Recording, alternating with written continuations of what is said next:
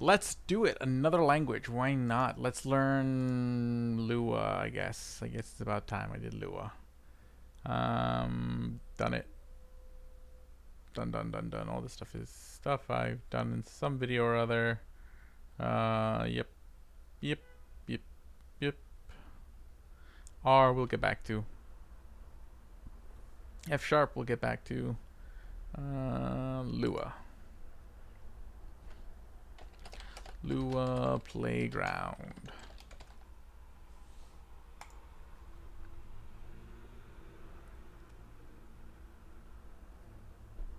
Okay, first things first, let's figure out hello world.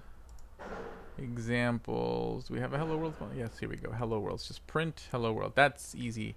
I can do that. Okay. Print hello world. I can do this. Yay! I've done a Lua program. Okay, let's look up how to write functions in Lua. Okay. Function array. Okay, so once again with all the end blocks a la Ruby. Okay, although I think Lua is much older than Ruby, if I remember correctly. Okay, so let's just create. Wait, did I see a return keyword? Yes. Okay, good. So the syntax would be function add 1 x return x plus 1 and so let's try this. Print add 1 5. So this is print 6 and it does. Cool. Okay, so that was pretty easy. Okay, so far this looks not that all different to anything that I'm already used to. Okay, let's see here. Just keep going, I guess. Multiple results, variable number of arguments, and we're going to get into more advanced function stuff. Yep, I know what closures are. Bloop, bloop, bloop.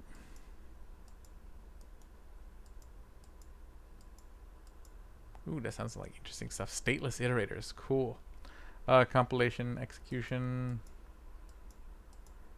Okay. Some other interesting ideas in here. Here we go. So arrays, let's see how an array looks like. Okay, so arrays here with curly brackets, which I think is what they do in, if I remember right, C++ I think does it that way too. So in that case, if I want an array, how do we declare a variable? It's just the letter. Okay, so we'll just say my R equals 1, 2, 3, 4, 5, 6. Now how do we refer to one particular index? Yep, we still use square brackets, so that's good. So then let's see here, let's print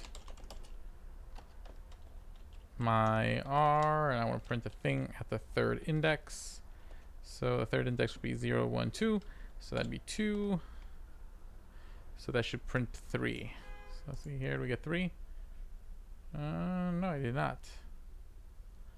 I got 2. Let me think about that.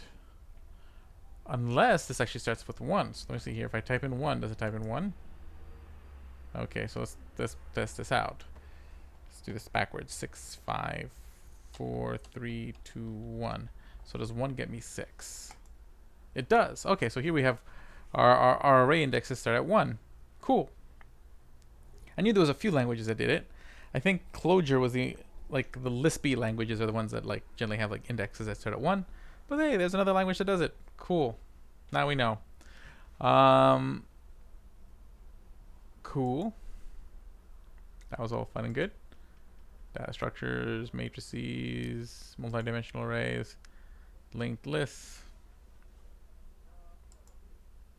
queues and double queues, sets and bags, string buffers. I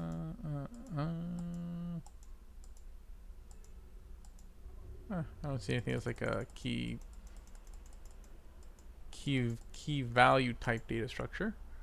Queues and double queues.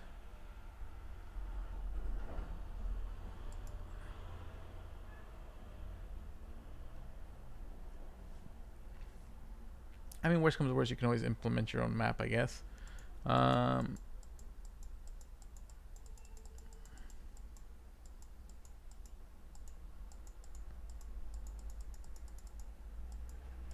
okay. Got it. So, oh, we do have object-oriented programming here. That's even better. So let's see how that works. Okay, account equals account balance.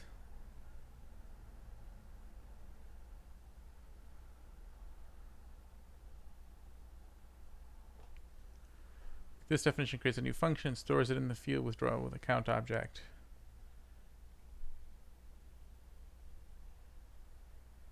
Interesting. That's it. You don't have to use like a keyword or anything. Okay.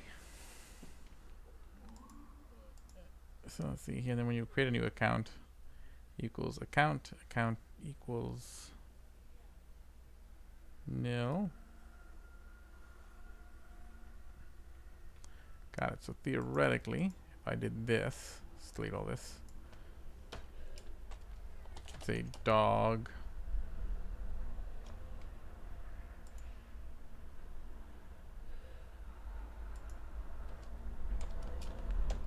Dog equals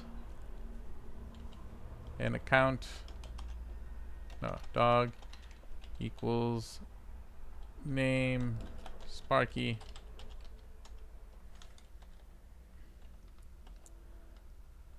And then we define a function.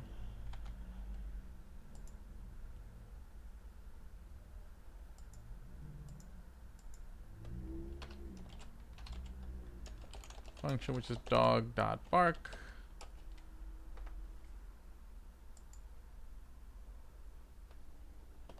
Should take no arguments, and we'll just print woof. So then we'll say Sparky equals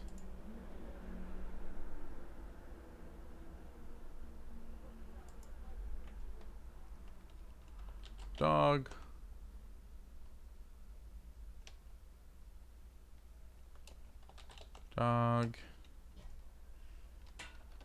let's see here, Sparky dot bark. So if I do that,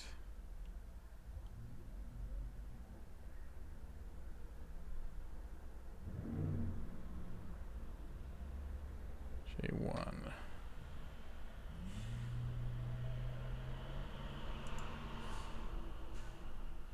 Oh, I see. This should be equals woof. There you go. Okay, cool. So basically what that tells me is that every time you create a new variable, it's technically an object, and then you can assign objects. So you can create like a nil object of sorts, and then create a function. It's kind of interesting approach. Okay, I mean that's I think enough Lua. We created some functions. We actually did some object-oriented type programming. But overall, this looks fairly learnable, not too bad. And I think Lua is used for some like game development. I don't remember like sort of in what vein, but it is. I do remember that it is used in some realms of gaming, I think.